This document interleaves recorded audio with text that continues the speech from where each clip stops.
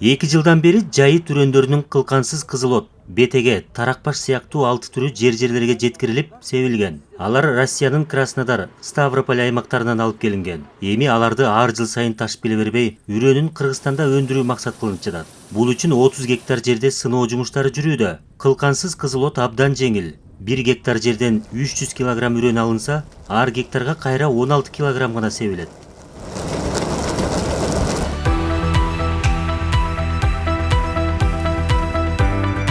Ошол биздин шартка ылайыкташтырып, үрөнчүлүк чаралар менен ошолордун базасында көбөйтүлгөн алардан алынган жакшы үрөндөрдүн бардыгын башка региондорго таратуу максат болуп турат. Аябагандай бул кылкансыз кызыл от болобу же ошо жайыт үрөндөр абдан бул жеңил болот.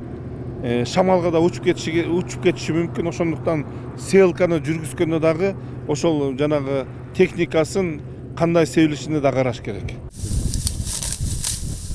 Көп жылдык чөптүн дагы бири будайыктын үрөнү да сырттан алып келинген. Ал да үрөнчүлүк максатта сыноодон өтүп жатат. Чөптү илимпоздор кол менен оруп, үрөнүн бөлүп алышат. Посеян здесь для улучшения. Будем выводить свой новый сорт и размножать и выращивать на пастбищах. Он очень хорошо растет на деградированных пастбищах. Вот высота, видите, какая. Биз чөптүн бул түрүн жакшыртып, жаңы сортун иштеп чыгалы деп жатабыз. Өзүңүздөр көрүп турасыздар. Бийик өсөт, кунарсыз жайыттарда тез өсө турганы аныкталды. Малга эң керектүү тоюмдуу чөп. Былтыр Россиядан алып келинген үрөндөр 10 000 гектар жайыт аянттарына себилген.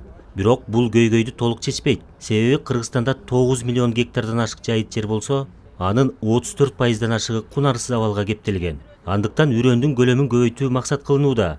Быйыл 50 000 гектар жерди жакшыртууга аракет көрүлөт. Адистер миңдеген аянттардын керектен чыгып жатканын жайыттарды башаламан пайдаланууга байланыштырат. Ар жыл сайын эле мал жая бербей, эс алдыруу да зарыл. Калыгул Асанбаев, Чыңгыз Жумагулов, Ала Тоо 24.